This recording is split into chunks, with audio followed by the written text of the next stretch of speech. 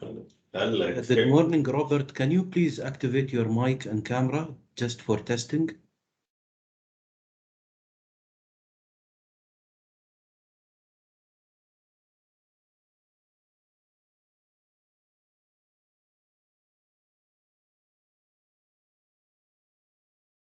Can you hear me? Yes, successful. Perfect. Thank Okay, you. good. Wonderful.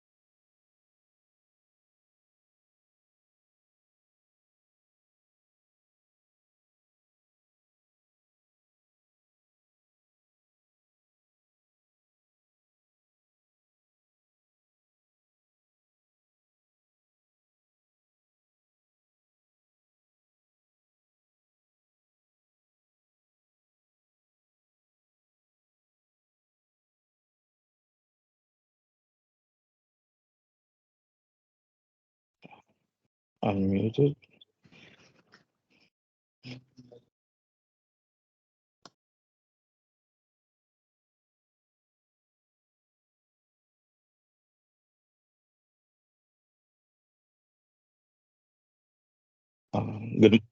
Good morning, Robert. Can you hear me?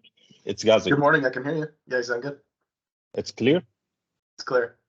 Am I okay? Do I sound okay? Okay.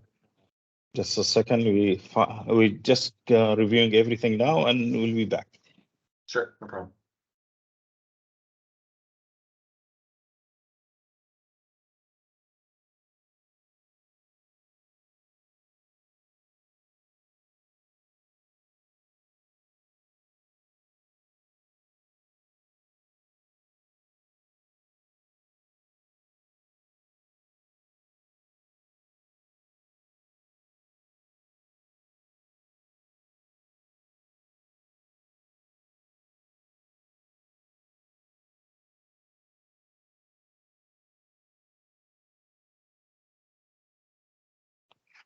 So you can see me, you can hear me, I can see you, I can hear you, and you can hugging, I can see all of that. It's looking good, yeah.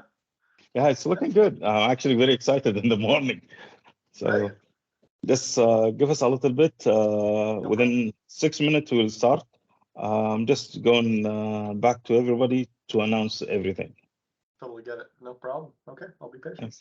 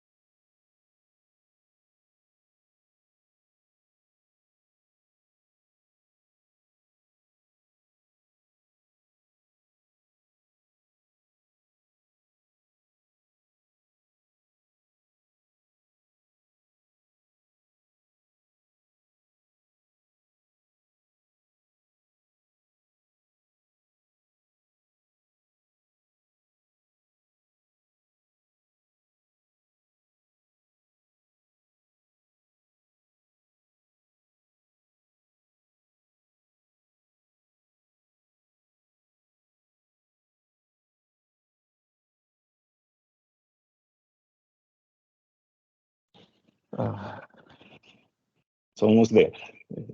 Great. Yeah.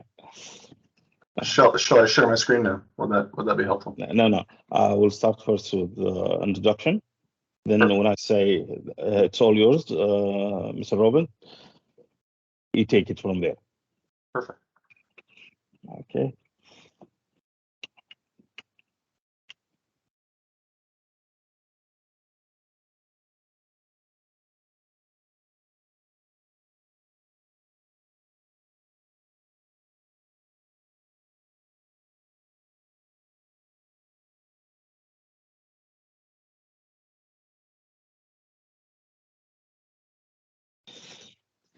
Assalamu alaikum. Good morning, everybody, and hope you enjoy us today in the metaverse and public sector. My name is Ghazi Al-Madani. I'm from Dubai Super Council. I'm head of private sector and licensing. I've been working in a lot of government entities, privates, and I had a long life of working in that department. Now I'm proud to be a part of Innovation Professional Program President, which is a program led me to this part. Now we'll talk a little bit about Mr. Robinson Nelson. So Mr. Robinson, he's Managing Director of SIA Partners, Global XR, and Metaverse Services Person. He's over 15 years of experience in managing consulting, and he's specialized in strategy development, including the new emerging technology, XR, including emerging technology of AR, which is augmented reality, VR, virtual reality, MR, mixed reality. And he has and oversees all the application related to those services. And he has a wide experience in customers worldwide. As an early adapted to the advance of AR and VR solutions, he's focused on achievements and growing in technology related to that. He's familiar contacts with the clients that would love to learn and get more information regarding that. His original background, he started as USA organization leader for fitness and awareness health. I would like to talk more about Mr. Robinson, but I believe he has more to tell us, and it's the best time to learn about him. So before we start keynotes for everybody, please make sure that we will open the chat box in the last 15 minutes after the session from Mr. Robinson. It will take us a little bit, 45 minutes. Please make the best of it. We are here to learn, we are here to understand, and the best way to learn is give it the time to understand every point. So, Mr. Roberts, it's all yours, and I hope everybody will gain the benefits of the information that you can lead us on that. Thank you very much. Perfect. Thank you so much for that introduction. I'll start with sharing my screen so everyone can kind of see the presentation material. And you know, we start this out typically with a sort of an interactive component. So I think I kind of want to start with, for everyone on this call, just a quick interactive opportunity here. If you go to this website or text to this alias, we can get your opinion on the metaverse today. If you could summarize the metaverse in a single word, how you feel about it, what's your sentiment towards the metaverse? You know, I'd love to hear what you think. So if you have a minute, please go ahead and text that over to the number here. If you could turn on the chat, I also have a QR code I can paste right in there, if that's helpful.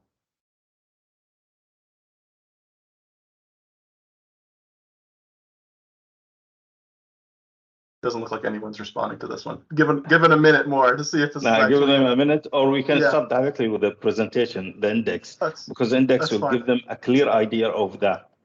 If you don't know what the metaverse is, that's okay. That's an okay response. If you want to say, what is this thing, right? That's totally fine, but sure. We can move on. So, the future, I like it. Okay, we got one response. I'll take it.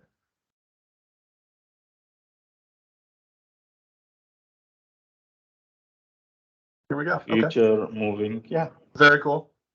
Yeah.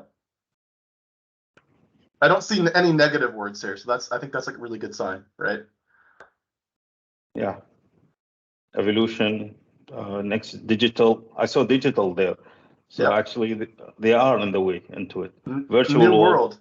Yeah, new world. Okay. Yeah. Excellent. Next generation. Very cool. Okay, so I'm seeing, it sounds like there's some positive energy with this group, because I'm seeing a lot of what I would consider to be, forward-thinking words here, describing sort of, I see a bad, it's very small. So the text is generated based on the number of responses. It looks like virtual world, new, future. Yep, that makes sense. Perfect. Okay, in the interest of time, I'm going to move on, because we only have so much time. We'll come back and visit that at the end if we've got time to kind of see if it's changed at all. So we're going to go through a few things, right? So I want to talk through like framing the metaverse. What is a metaverse? Does it even exist?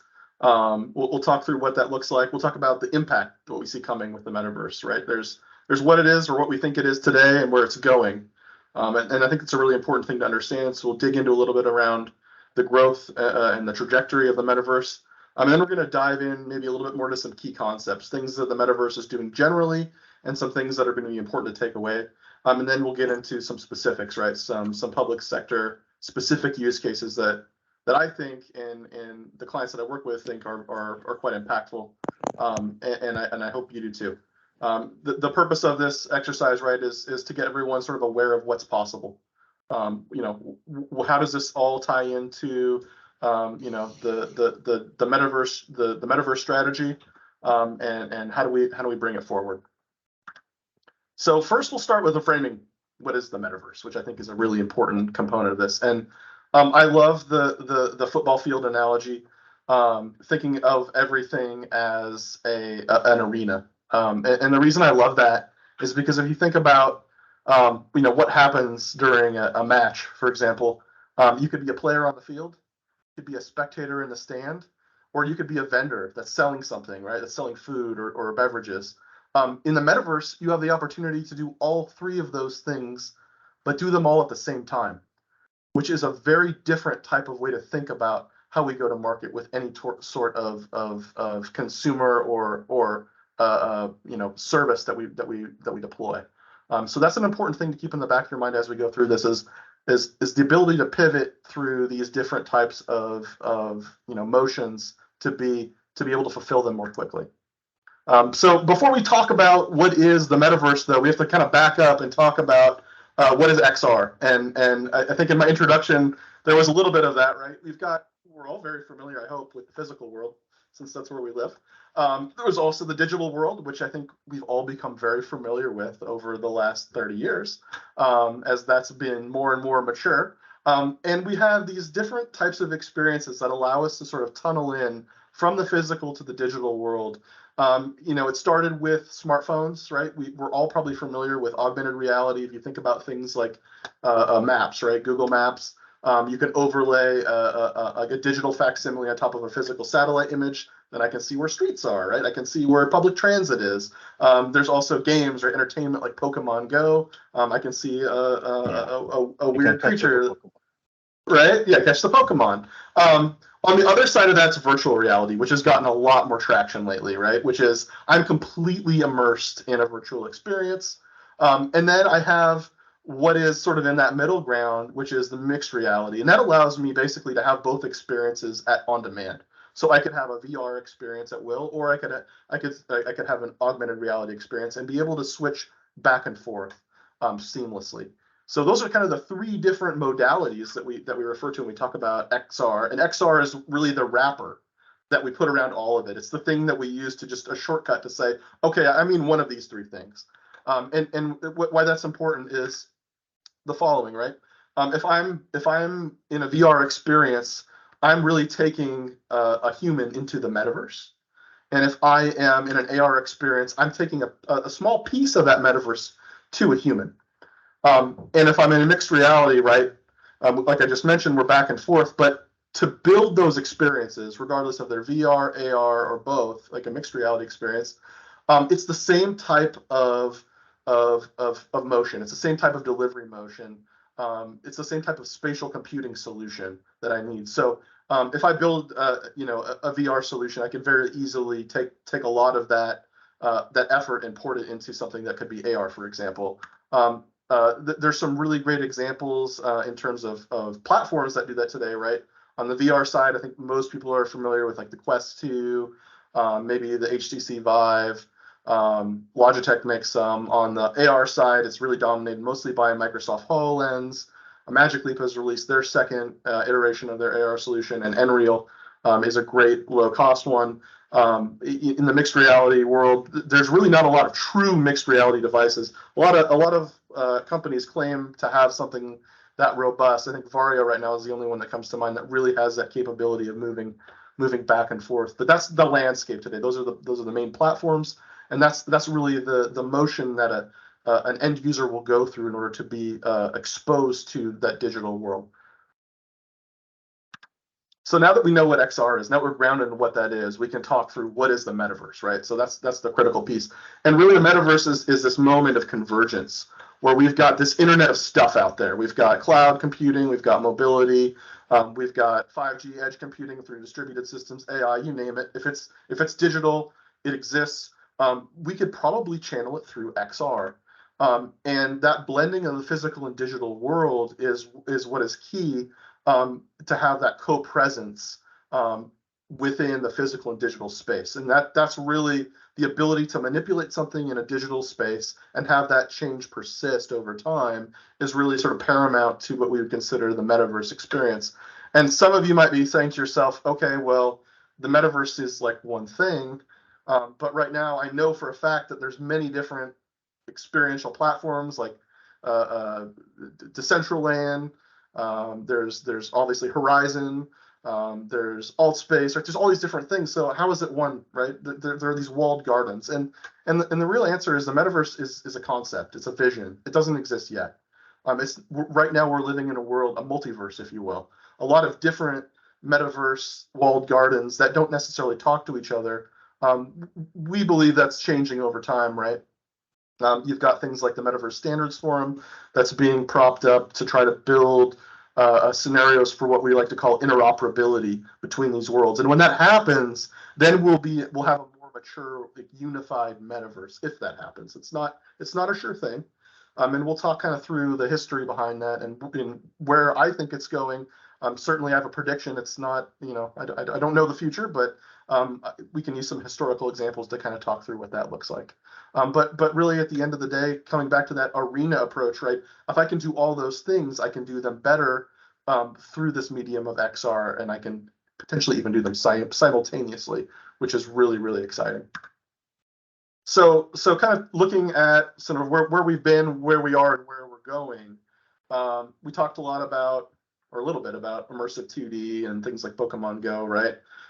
Now we understand the split between virtual, augmented, and mixed reality. This is gonna progress even further. So to the right side of the screen, and it might be a little bit scary for some of the folks here. Sometimes it's a little bit scary to me. There's the prospect of actually human computer interface through the brain. Some of those are invasive, right? We're talking about literally putting microchips in people's brains. In other ways, not. There's now devices that are paired to headsets that actually can read brainwaves. And through modulating your own brainwave frequency, you can actually use your own brain as a controller in these experiences. It's quite astounding if you haven't tried it. These experiences actually are going to be consumer availability, we think, within the next 12 to 24 months. Some of them are already available, but they're still sort of what you would call in a dev kit sort of fashion. They're not really, fully fleshed out products yet, but they're still accessible. So we think this trend definitely has more of a progression, but where we are today, still there's a massive opportunity to sort of learn and capitalize on the concepts of the metaverse through the platforms that exist today and even carry them over into the future. It's hard to speculate when we're going to get to a point where BCI will become normal or mainstream, but it's pretty far out. So now we're time for another quiz. So why don't we start with what is extended reality? Do we remember what the terminology was? What does that mean? When I say extended reality? So we need to remember what we said in the beginning so they can understand it. So guys, feel free to write it down. It's just a simple step. When one person writes, another person will create the answer, and the third person will help. So don't be afraid, just write it down and everybody will chip in. So, all right, I think we're getting to the right result here. This is quite good.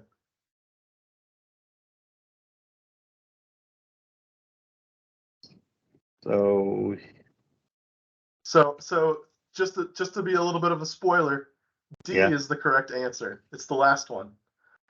It's guys, you made it easy on him. So guys, we need to be more active. No, good. They did it. They did it. I think it was just not. No, that's good. That shows that people are listening. People are listening. Yeah. People are listening, are acting. This is what we want to learn and act today. This is the best time to learn more today. No, I think they were putting it in. It's just until I click next, you don't get to see the result. So no, everyone was doing great. Actually, if you put all above, it was much easier. If you had D all above, it was much easier for all of them. Yeah. True. Well, thanks. I think we got it for the most part. So that's fantastic. So let's go into a little bit of like what's coming. What does this gathering storm look like? These numbers are, I think, conservative. I think we're talking about long term over the next 10 years. See Goldman Sachs came out and said they think there's an $8 trillion total addressable market for the metaverse. I've seen, I think McKinsey recently came out. They estimated it more around 5 trillion. And I think JP Morgan came out shortly thereafter and put it at around 14 trillion. I think 8 trillion is probably right in the middle. That's still a staggering sum, right? And people are asking themselves, why would it be that much? And you look at, well, what is the total addressable market of the internet, right? It's massive. It's crazy. We're really taking all of the capability of the internet, right, and throwing all of the whole digital world and throwing that into the realm of spatial computing. And that's where we're getting that number from. It's basically bringing all of that capability to bear through the mechanism of XR. Crypto and NFTs are a small portion of that, right? They're growing exponentially at the same time. We'll talk a little bit about NFT solutions towards the end of this, but certainly those are interwoven into this mix. There are specific crypto platforms that exist that they're not XR enabled yet, right? We're talking about Decentraland, we're talking about the Sandbox, Crypto Voxels, where people have implemented a scarcity economy. Those platforms plan to get to the XR component. They're just working sort of from the other direction. They're starting with building out the value proposition of their platform first before they get there. They've all released plans to do that, but it just hasn't happened yet. I think the other thing too, being this jobs impacted estimate fairly low, 23 million, I think is very conservative. I think we're probably going to see it go quite a bit higher than that. And recently in UAE, we announced our strategy and our aim to be top 10 meta-universe economy. And in the same time, we were looking for 40,000 jobs by the year 2030. Other than that, the VR revolution that's happening is targeting more than $500 million. So we are on the right path regarding the economy itself and announcing a lot of things that are actually facts that supporting that. And I got to say, well, in a couple slides, we're going to get to the strategy. The strategy is quite good. I've got a lot to say on that, but absolutely, it is the right direction. So I think you'll find that a lot of what we're saying here is going to tie into that strategy quite nicely. But we got to look at demographics a little bit, like who's using the metaverse today, because this is a problem or a potential problem that can be mitigated if we just approach it correctly. So kind of looking at who are the users. If you look at these numbers, almost 2/3 of this user group, right, are between the ages of 16 and 34. Either they haven't entered the workforce yet, or they're very early in their careers still. So that says a lot about who's using the metaverse today. In the US alone, it's 1 in 5 American adults have used VR. We're looking at 150 million people worldwide today in XR solutions. There's plenty of companies that have already started using XR, as a standard. I think most of those are going to be in aerospace and in medicine. And we'll kind of talk through who's doing what towards the end of this presentation. But it's certainly a very powerful tool, but it's sort of mired in this perception of being an entertainment device, right?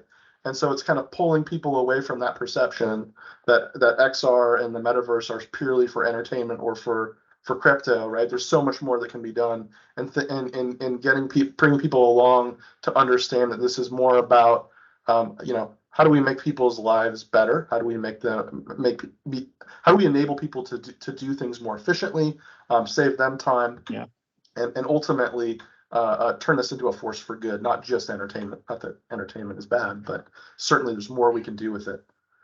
It looks like we are 70% in youth using XR. That's very good. And the numbers is almost fair between men and female, which looks good balance between both. Like everybody's using that growth is very, very noticed in that.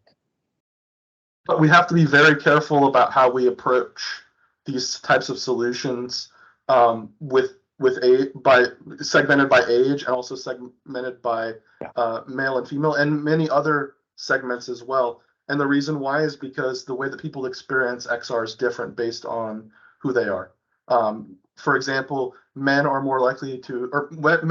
less likely to experience motion sickness than women. And there is a way that we can actually build a more robust experience so that isn't the case. That means that we need to build experiences that have higher frame rates. If we bring frame rates higher and improve the way that we interact with these experiences, it ultimately eliminates those issues. But what it means is we have to do a better job of testing these solutions on a lot of different types of people.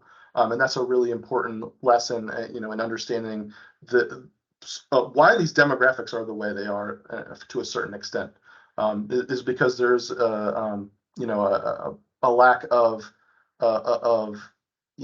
facilitation for onboarding to these experiences, because they don't have necessarily the gaming background, right? Or they don't have the access to some of these devices. So that's a really important. Or they just didn't try it. Precisely. The thing is, when you try, you'll understand, you'll experience, you'll start creating things. 100%.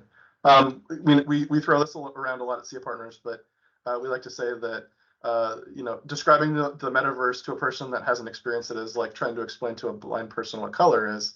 It's almost impossible. You really need to be in the experience. Let's talk about sort of inflection, like what's coming, because that's an important point. There's this group of users that are very young that are coming along, and they're going to be demanding this technology. But there's an inflection point that's coming. It's going to be a catalyst. It's going to really accelerate that drive. Right now, we've been in this exploration phase of help me just understand what is the metaverse and how do I enter into it, right? Like it's just a very slow, it's sort of a crawl, we're babies crawling, right? We're not walking yet. But we're sort of ideating and understanding what's possible.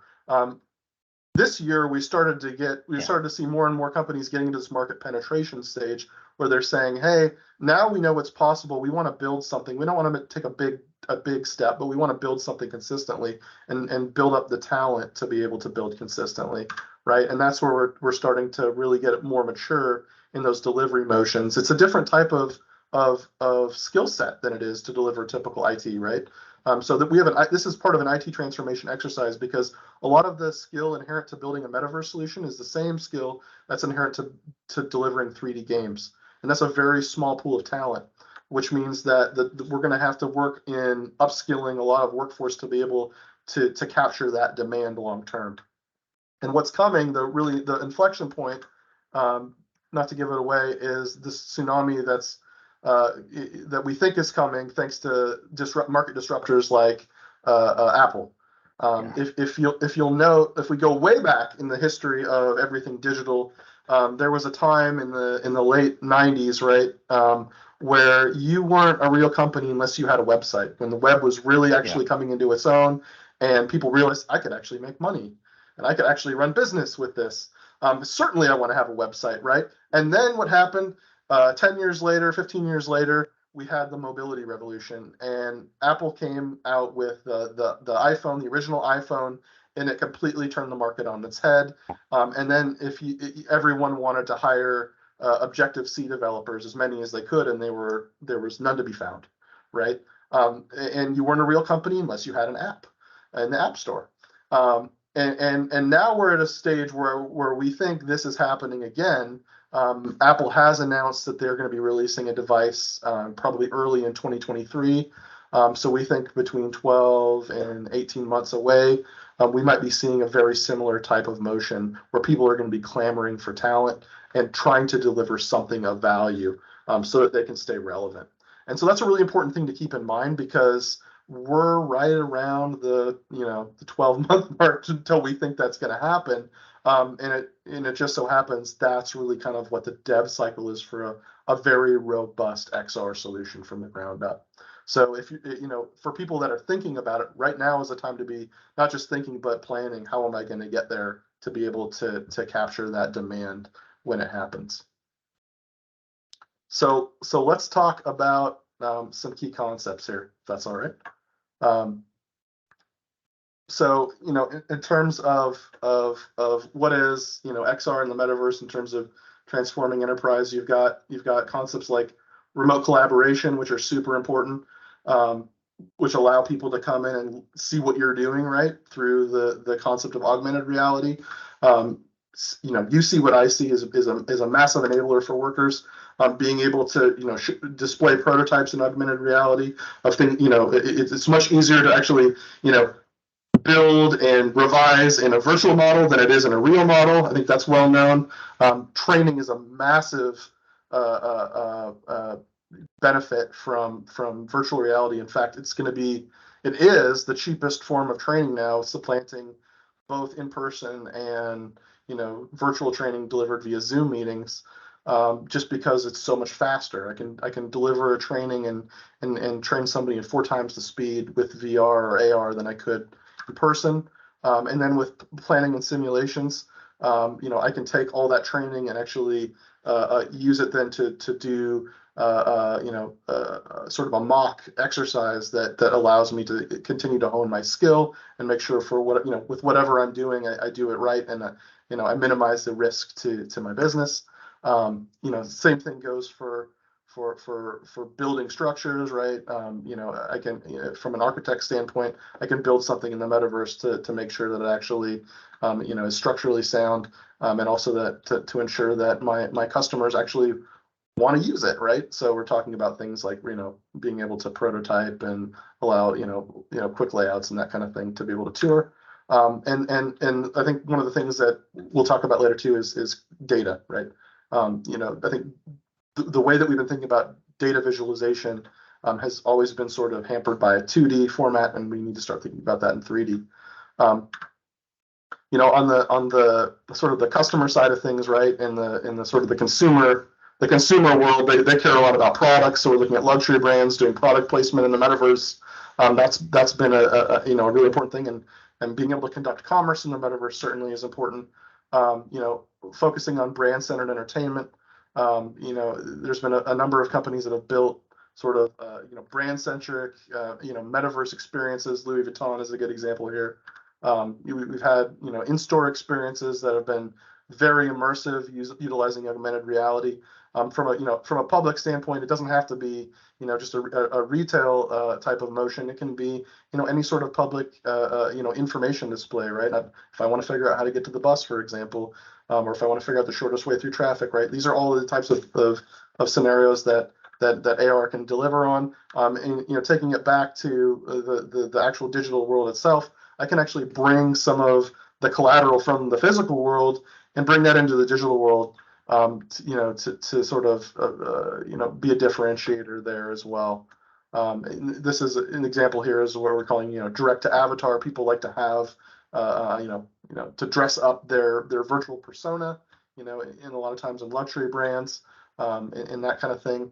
And it's a great mechanism for those luxury brands to be able to quickly deploy their brand and their virtual products in that space. But there's certainly a lot more that can be done beyond just luxury brands, right? I think we're going to start to see things like the parity between physical objects and virtual objects tethered with NFTs. And I think we're starting to see things like virtual wearables, which we'll get into in a little bit. But where that ends up going, we should probably talk, and this is a little bit of a cautionary tale, is there's a lot of speculation, right? So the example here is the Coke machine NFT that was deployed into the metaverse that sold for I think it was $1.2 million on OpenSea. That actually doesn't do anything. You just put it in your virtual property and it sits there. Certainly that was a wildly speculative type of space for a while. There's more we can do with NFTs than just a store of value, although that's really been the surface that's been scratched to date. So there's certainly so much more we can do there.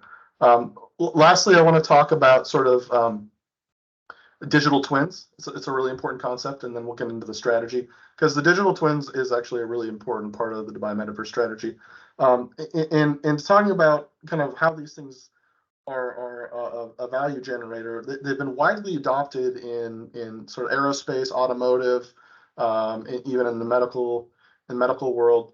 And it's really simple. It's building sort of a digital facsimile of a physical asset. In this example, we've got a wind turbine, right? And this has been done, right? So this is not just made up. There's actually plenty of wind turbines that have digital twins that exist out there. But the pitch of the blade, right? We can actually look at the pitch of the blade in the real world and figure out how, from a fluid dynamics standpoint, how does it impact with the atmosphere, and how do we optimize that pitch? And it takes time to generate that data. But I can do the same thing with a simulated environment in the metaverse, and I can actually double the data back if I build a digital twin, and be able to get those insights so much faster, because I'm doubling the amount of data I'm receiving back and able to do that optimization exercise faster. There's a hierarchy of digital twins, which I think is really important to understand. You've got things like component twins, which I just talked about. Those are the fan blades, right? But then if you want to zoom out and think bigger picture, you've got the asset twin, which is the windmill itself, right? And then if you think about the systems level, you start doing systems thinking, that could be a wind farm. That could be a whole sea of these windmills. And then if you want to talk about the process level, you could have that and the power grid that those things lives on. Maybe other types of energy generation twins as well. So this type of asset scales very well. It's expensive to do that, but then the output usually is very worthwhile, because it really doubles the speed to which you would gain productive insights to optimize the performance of your pool of assets. So let's talk about the strategy a little bit, because I wanted to cover all those topics first and foremost, so that we could bring the strategy to life a little bit more. As was mentioned, right, the objectives are staggering, right? 5 times the number of blockchain and metaverse companies in 5 years. I'm a massive advocate for that, so I really want this to be successful. I think 40,000 jobs is totally an achievable objective. In fact, I think it can be even more than that. And adding 4 billion to Dubai's economy in 5 years is certainly achievable, given the scope of what we think the total addressable market will be for the metaverse.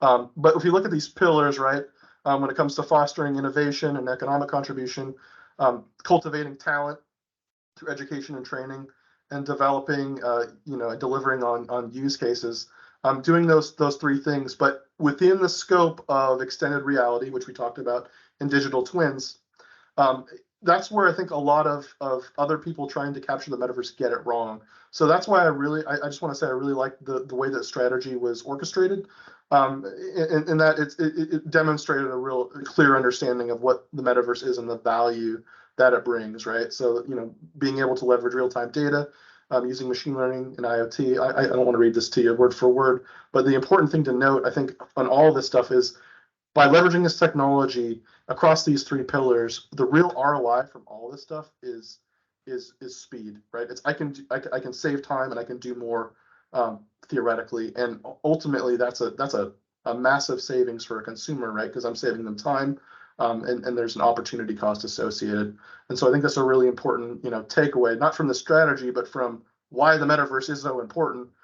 Certainly, government of Dubai knows this, but I think the rest of the world isn't quite as fast to pick up the fact that that's what the real value proposition of the metaverse is being able to do, bringing all the resources of the internet to bear in a way that's accessible and allows for things to be done more quickly, and with a higher degree of quality. All right, so we're gonna go to our next quiz here. Since we've been talking about strategy, so give everyone a minute to start entering their. Yeah.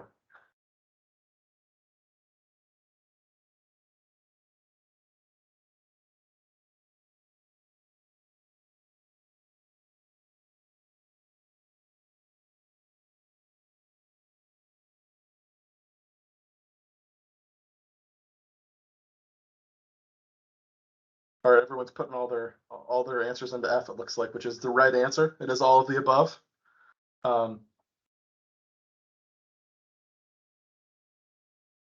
Thank you. So let's look at a few things: security, healthcare, education, fintech, customer service, infrastructure, all super important pieces to cover as part of a public sector approach. So these are kind of where we're going to drill into what I think are the main use cases here. I want to start with security, and I should note I have a little bit of a cyber background, so I can speak to some of this stuff and how I've been a part of it. And then when we get into Q&A, I'm certainly happy to answer questions. But this is not just applicable to cyber. This is applicable to physical security. But I think one of the main use cases we're seeing for the metaverse and from a security standpoint is being able to operate both command and control centers, standing them up rapidly, right?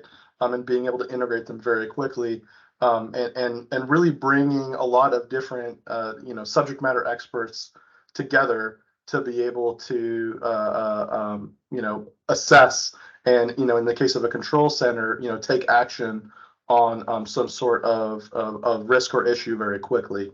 Being able to integrate with existing types of systems, whether it's a SIEM or any sort of physical entry monitoring system is super critical.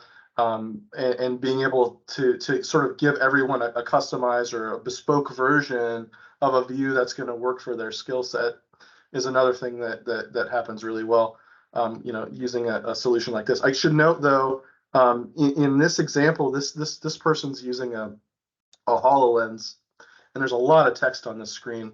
When it comes to implementing, a text-heavy type of monitoring solution, AR is really, in its current form, not well positioned for reading a lot of text. There's still issues to work out with regards to, where is text in terms of, in relation to the eye, and things that are really far away are not easy to read. They get very blurry very quickly.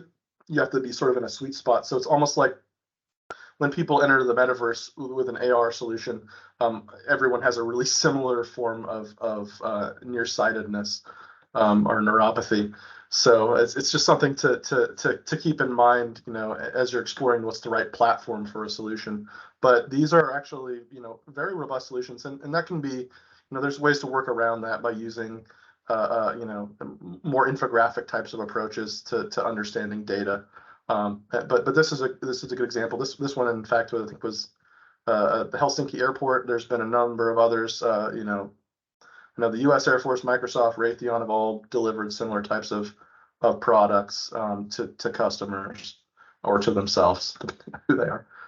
it's actually a fairly robust solution given all the data that security professionals need to consume. We'll move on a little bit to healthcare, because I think this is another one where it's a very mature environment. I talked a little bit about training, right, being 4 times faster than traditional training. But the other thing with training, and it's not just for healthcare, it's all training across any industry vertical, right?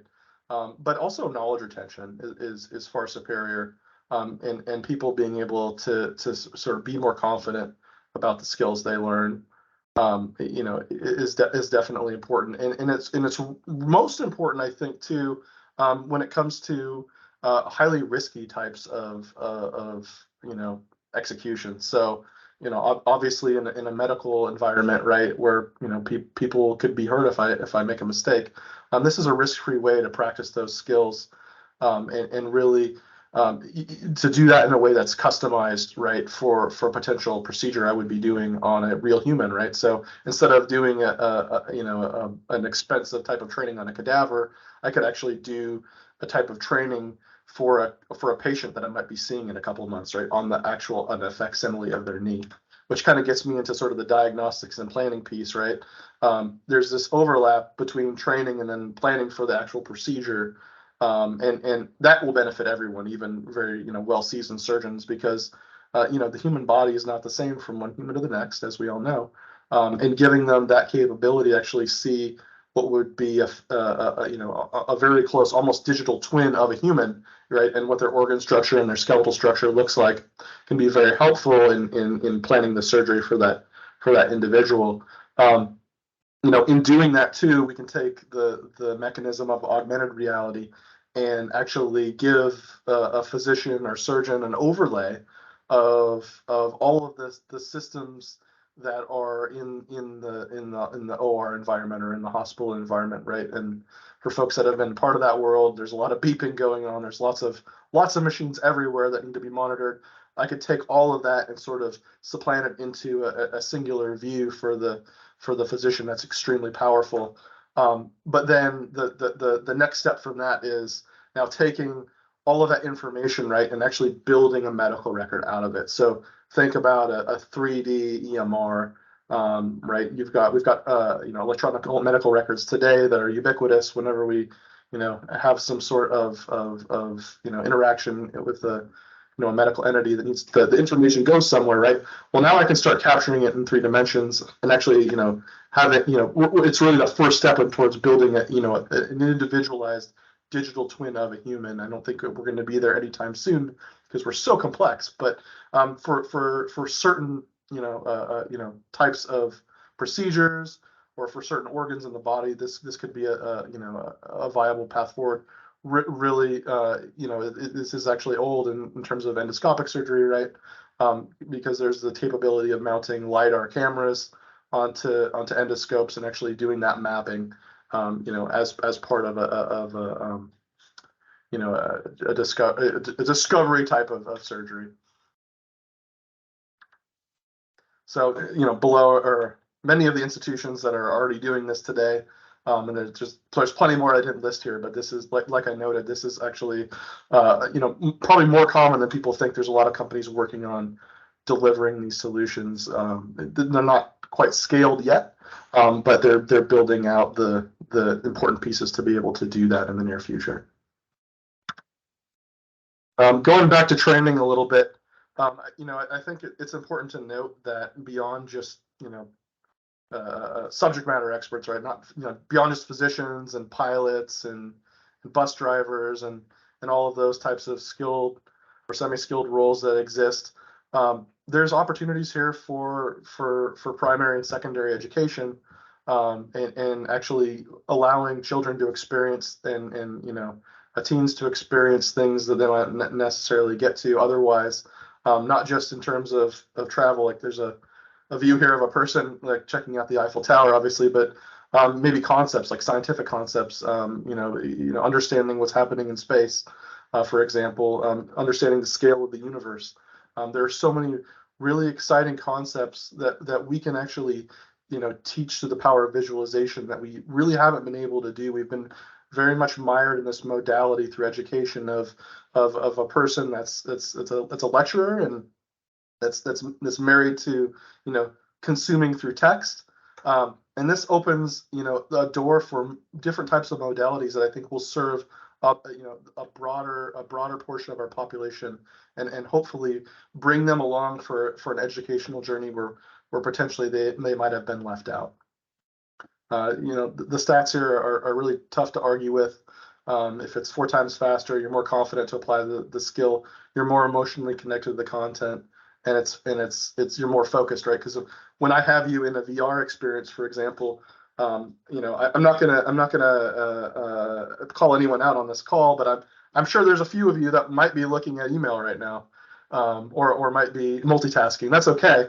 But if I have you in a VR learning experience, I have a captive audience. You're not multitasking and doing anything else, and I think that's a lot of the reason why we feel that people feel so much better about these types of experiences after they complete them, is because they're truly locked in for the ride.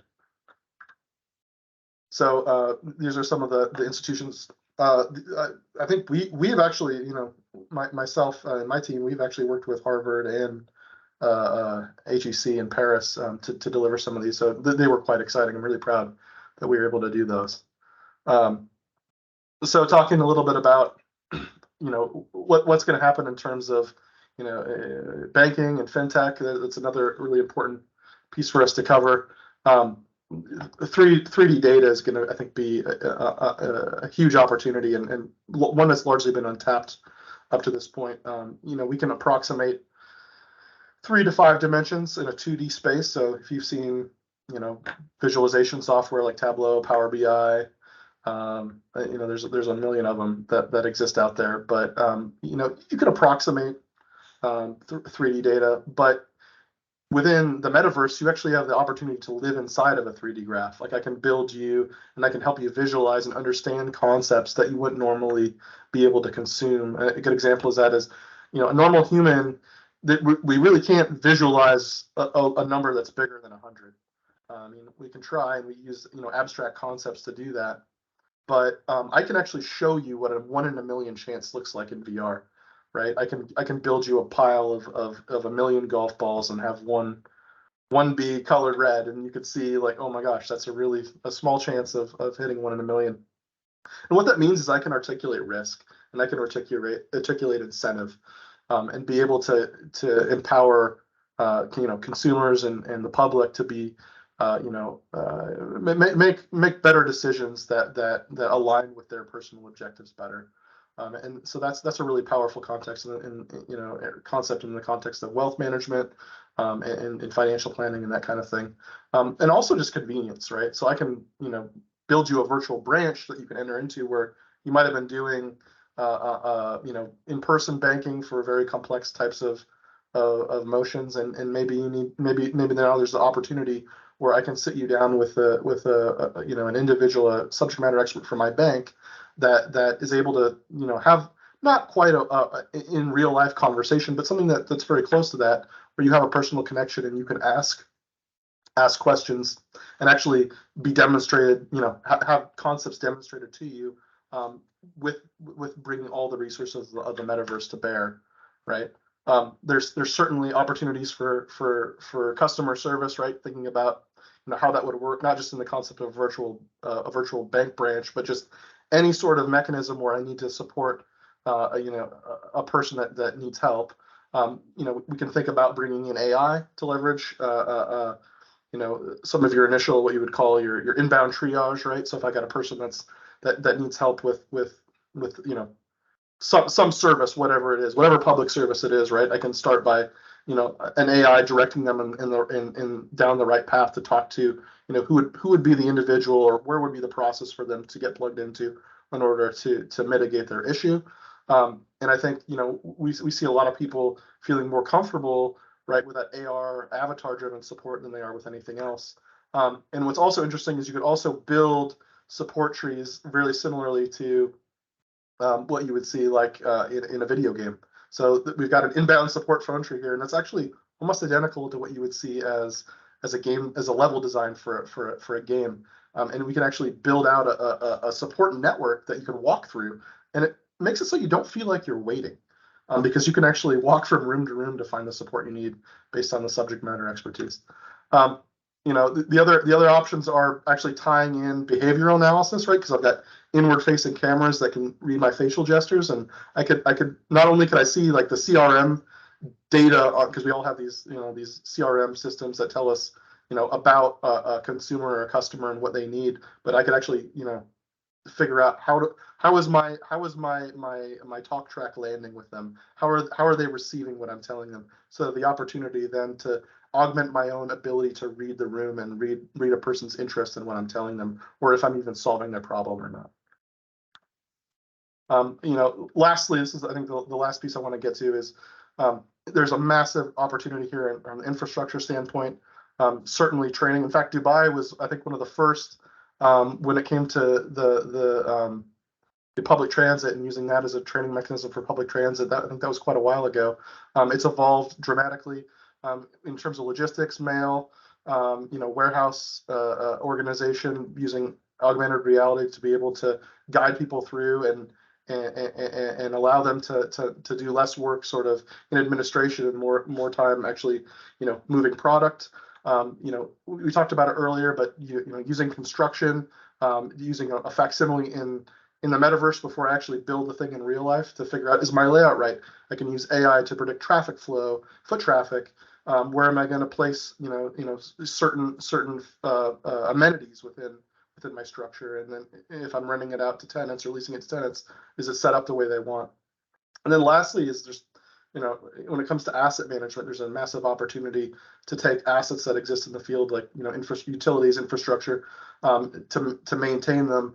I can actually use augmented reality to kind of raise them out of the ground, especially things that are buried, like you see here. I think we've got buried electric lines, and be able to maintain them. And we see dramatic reduction in repair costs because I'm not sort of doing this exploratory digging to try to figure out where are those assets that we constructed. So I know that was a lot. There was a ton of content here. You know, we talked a little bit about digital twins too, and certainly there's opportunities to take that and actually build. We talked about the hierarchy, right? The component twins all the way out to the system level, but actually bringing multiple sections of the public sector as part of a platform, and then allowing those you know, contractors to test their twins as a system, which is something that, you know, a lot of people are thinking about, but I don't know that anyone's actually done yet, which would be a huge opportunity. Yeah. Are we almost there for questionnaire? We are almost there. Last thing I want to say is NFTs. There's been a lot of talk about as a store of value and how they would work. This is more around, you know, can we use them to tell a story? And in this case, this is the concept of an NF tree that, as individuals sort of meet ESG targets and their carbon neutralization goals, the tree blooms, and it can be used as a way to gamify a certain behavior. That's another exciting way that we're thinking about using this technology beyond just a store of value. So that's it. Key things to remember. XR is virtual augmented mixed reality. The metaverse supports persistent co-presence. Digital twin is a virtual model of something that exists in the physical world, but most importantly, the main value driver of the metaverse for both industry and consumers is speed. It's time saving, it's opportunity cost. And with that, I'll open it for questions. Apologies, I'm a little bit over. Thanks a lot. Sure thing. The chat box is open now. Please feel free to write your questions. We'll take them right now, and the most similar questions will be joined as one. So feel free to ask your questions, and we both are here to answer. Answer that will be Robert. So question one, anybody? All right. Okay, just looking for questions. Wow. Thank you, guys. That's a big number of people I'm seeing. Everybody's excited. Where do we start? There's so many questions. So how? Let's see. The first one is, how secure are data and investments in the metaverse? Is there a chance? Oh yes, certainly there is. I would say that it actually is going to elevate the risk. You in terms of, wanting to have a secure infrastructure, because the reason I think that's the case is that we have a convenience issue that we're facing in entering the metaverse, right? And think about all the data I can capture from the headset. I might have more biotelemetry about an individual that's essentially tied to their online persona. So I think that does increase the risk, which means that we need to have very robust security protocols in place to mitigate that risk. So certainly it does increase risk, and it's something we have to be very careful to mitigate, as we're building some of these robust solutions. And I guess that ties into the next comments in terms of what are the security risks for government to be aware of. The other thing I'll add to that too is that the more biotelemetry we take in as part of those experiences, the easier it is for me to authenticate you as a user. And so I think we're going to see this push and pull, right? People want to be more secure, but at the same time, that's going to make the experience suffer, because people are going to have to jump through more hoops in order to get online if they aren't capturing that data. So it's finding that middle ground.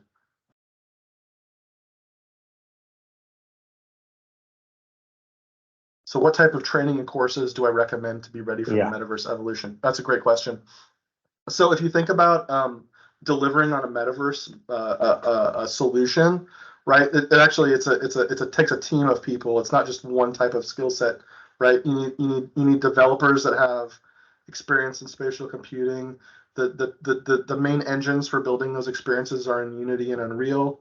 Unity is probably 80% of the demand right now. Unreal is the really high fidelity, almost motion picture level experiences. You also need UX and UI designers that are competent working in 3D, that understand that world, because I think one of the biggest issues we have when people are thinking about building is they take a 2D mindset into 3D, right? So the classic example is I want to build you a way to navigate information. And if I do that, you end up with like a folder structure like Windows, but in VR, that's not helpful. It would be much easier if I just built you a file cabinet, because everyone knows how to use a file cabinet. You open the drawer, you look through the letters. There's no onboarding as we're with like a 2D interface. You're gonna have to learn that, right? So we got to actually back up and think more intuitively, and it takes a special type of intuition to understand that. The third thing is 3D art, right? That's the other piece that's totally missing from most IT shops today. So having the capability to actually build the 3D objects, right? Either they're one-to-one with something that's in the real world or something that's completely abstract and different. That capability is largely missing, I think, from most enterprise organizations.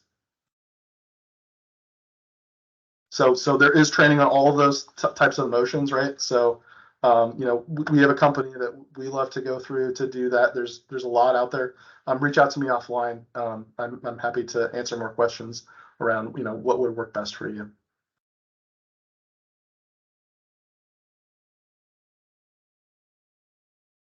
Scrolling through more of these. Does this mean that metaverse will be the new future? How it affects education? I believe yes. I think that this is the future of education, definitely. I've actually gone through several, XR educational experiences, and I never want to go back. Part of that is just because of the way my brain works. So I think there's going to be a certain segment of the population that the current education platform works just fine. But there's also, I think, a certain segment where they've been underserved for a long time, and I think we're going to see a dramatic uptick in terms of our global education level when this technology comes online. Because there's certain learning modalities that haven't been addressed with the contemporary mechanisms with education.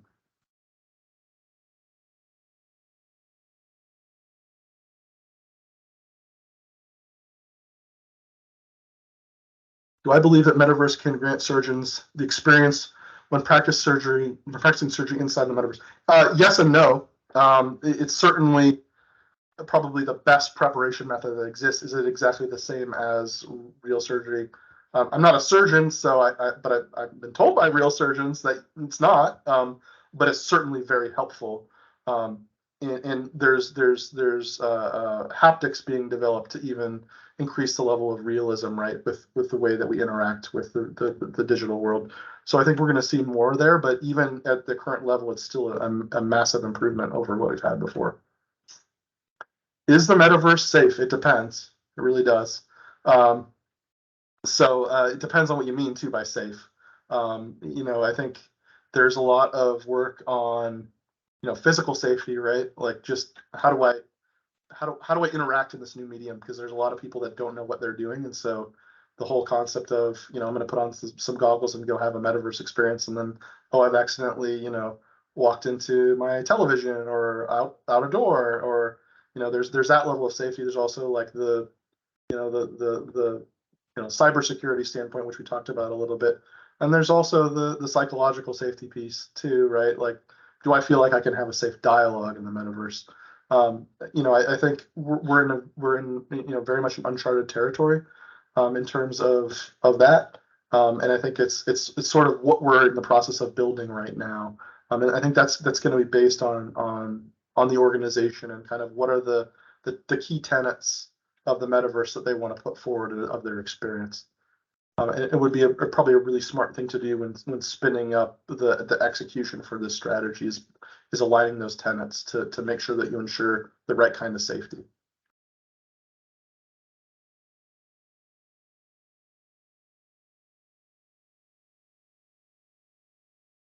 So, with the unlimited expansion and study of ethical and legal limits required to control navigation in worlds of metaphysics, it will take into account the real identity of users, preserve their rights and moral controls under the law.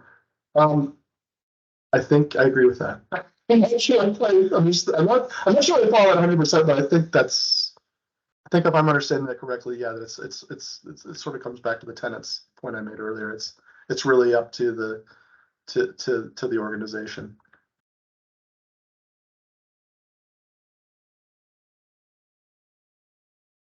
Where can you learn more about the metaverse? Oh, great question. So I think, are we at time? Yes, we are at time.